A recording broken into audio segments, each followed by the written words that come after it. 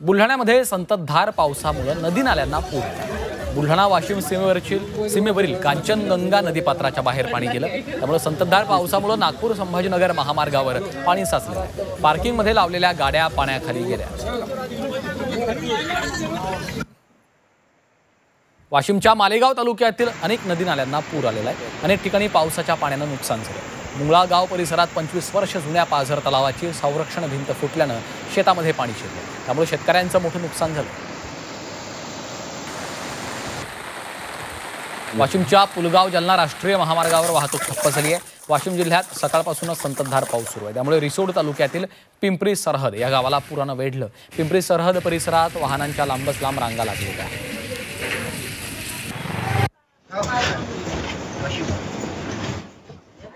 वर्ध्याच्या देवळी तालुक्यातील डिगडोह इथं 3 मुलं पुराच्या पाण्यात अडकली आहेत। अडकलेल्यांमध्ये एका शाळकरी मुलाचा समावेश आहे। यशोदा नदीला अचानक पूर आल्याने ही मुलं अडकली। बचाव पथकाच्या मदतीनं मुलांना पुराच्या पाण्यातून काढण्याचे प्रयत्न सुरू आहेत। जिल्ह्यात रात्रभरापासून मुसळधार पाऊस सुरू आहे। त्यामुळे यशोदा नदीसह नाल्यांना पूर आला।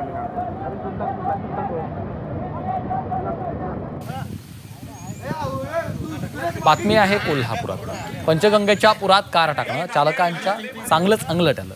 शिंगणापूर हनुमंतवाडी मार्गावर पुराच्या पाण्यात एका कार चालकानं कार टाकली। पुराच्या पाण्यात ही कार चालकासह वाहून जाऊ लागली। स्थानिकांच्या हे लक्षात येताच त्यांनी तातडीनं अग्निशमन दलाच्या जवानांना बोलावलं।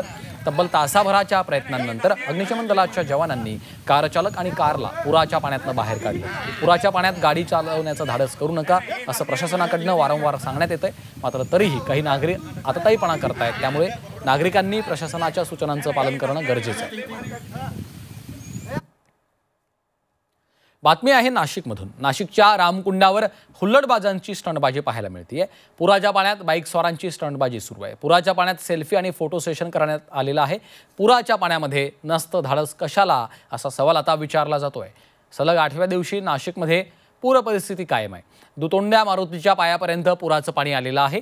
रामकुंड आणि गोदा घाटाच्या परिसरात पुराचं पाणी आलं। मात्र कसलीही तमा न बाळगता याच पुराच्या पाण्यामध्ये स्टंटबाजी सुरू असल्याचं चित्र आहे। एकीकडे पुराच्या पाण्यातनं दुचाकी चालवून तरुणांची हुल्लडबाजी दिसून येते, तर दुसरीकडे पुराच्या पाण्यामध्ये सेल्फी आणि फोटो सेशन करताना पर्यटक आपल्याला पाहायला मिळत आहेत।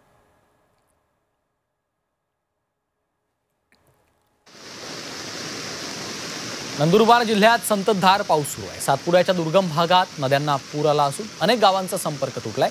महाराष्ट्र गुजरात सीमेवर असलेल्या वरफळी या नदीला पूर आलाय। वरफळी नदी गावातील अनेक घरांमध्ये पुराचं पाणी शिरल्याची माहिती आहे। नागरिकांनी पूर परिस्थितीमध्ये घराबाहेर नदीकिनारी किंवा नाल्याकाठी न जाण्याचं आवाहन प्रशासनाकडनं केलं जात आहे। नाशिकच्या भावली परिसरात जोरदार झालेल्या पावसामुळे धबधबे खळाळत आहेत। इगतपुरी शहरापासून भंडारदराकडे जाणाऱ्या आणि या रस्त्यावर निसर्गाच्या मनमोहक दृश्यांची रेलचेल आहे। नेहमी विकेंडला भेट देणारा पर्यटक आता दररोज भेट देऊ लागलाय।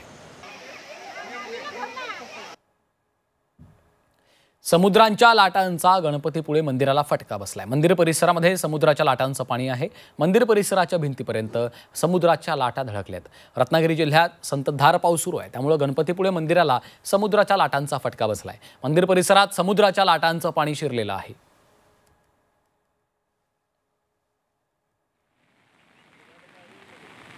वाशिम जिल्ह्यात गेल्या 24 तासांपासून सुरू असलेल्या दमदार पावसामुळे अनेक नदी नाल्यांना पूर आलेला आहे। वाशिम जिल्ह्यातनं जाणाऱ्या कुकसा गावाजवळच्या उतावळी या नदीला पूर आल्याने संभाजीनगर ते नागपूर या महामार्गावरील वाहतूक सुद्धा ठप्प झाली होती।